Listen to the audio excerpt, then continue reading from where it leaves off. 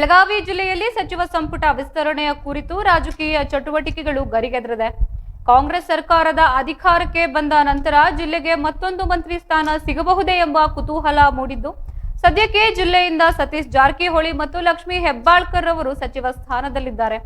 ಮಂತ್ರಿ ಸ್ಥಾನಕ್ಕಾಗಿ ಹಾಲಿ ಶಾಸಕರಲ್ಲಿ ತೀವ್ರ ಪೈಪೋಟಿ ಏರ್ಪಟ್ಟಿದ್ದು, ಈಗಾಗಲೇ 5 ಶಾಸಕರು ಹೈಕಮಾಂಡ್ ಮಟ್ಟದಲ್ಲಿ ತಮ್ಮ ಸ್ಥಾನಕ್ಕಾಗಿ ಲಾಬಿ ನಡೆಸ್ತಾ ಇದ್ದಾರೆ.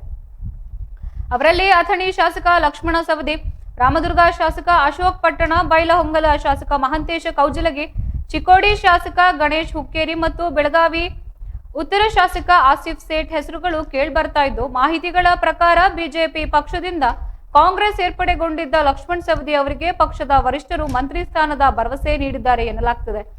ಮುಖ್ಯಮಂತ್ರಿಗಳು ತಮ್ಮ ಆಪ್ತ ವಲಯದಲ್ಲಿ ಅಶೋಕ ಪಟ್ಟಣ ಅವರಿಗೆ ಮಂತ್ರಿ ಸ್ಥಾನ ನೀಡುವ ಬಗ್ಗೆ ಮಾತನಾಡ್ತಾ ಇದ್ದಾರೆ. ಇದರ ಜೊತೆಗೆ ಗಣೇಶ ಹುಕ್ಕೇರಿ ಮತ್ತು ಮಹಂತೇಶ ಕೌಜಲಗಿ ಕೂಡ ತೆರೆಮರೆಯಲ್ಲಿ ಸಚಿವ ಸ್ಥಾನಕ್ಕಾಗಿ ಪ್ರಯತ್ನ ನಡೆಸ್ತಾ ಇದ್ದಾರೆ. ಗಣೇಶ ಹುಕ್ಕೇರಿ ಅವರು ಈ ಹಿಂದೆ ಆಪರೇಷನ್ ಕಮಲ ಆದ ಸಂದರ್ಭದಲ್ಲಿ ಮಂತ್ರಿ ಸ್ಥಾನದ ಆಫರ್ ಅನ್ನ ನಿರಾಕರಿಸಿದ್ರು.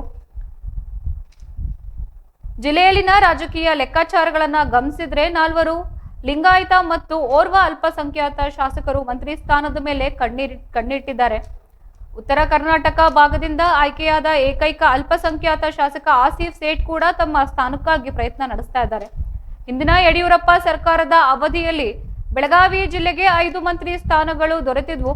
ಈಗ ಕಾಂಗ್ರೆಸ್ ಸರ್ಕಾರದಲ್ಲಿ ಮತ್ತೊಂದು ಸ್ಥಾನ ಸಿಗುವ ಸಾಧ್ಯತೆಗಳು ಹೆಚ್ಚಾಗಿದೆ. ಈ ಬೆಳವಣಿಗೆಗಳು ಬೆಳಗಾವಿ ಜಿಲ್ಲೆಯ ರಾಜಕೀಯ ವಲಯದಲ್ಲಿ ಸಾಕಷ್ಟು ಕುತೂಹಲ ಮೂಡಿಸಿದೆ.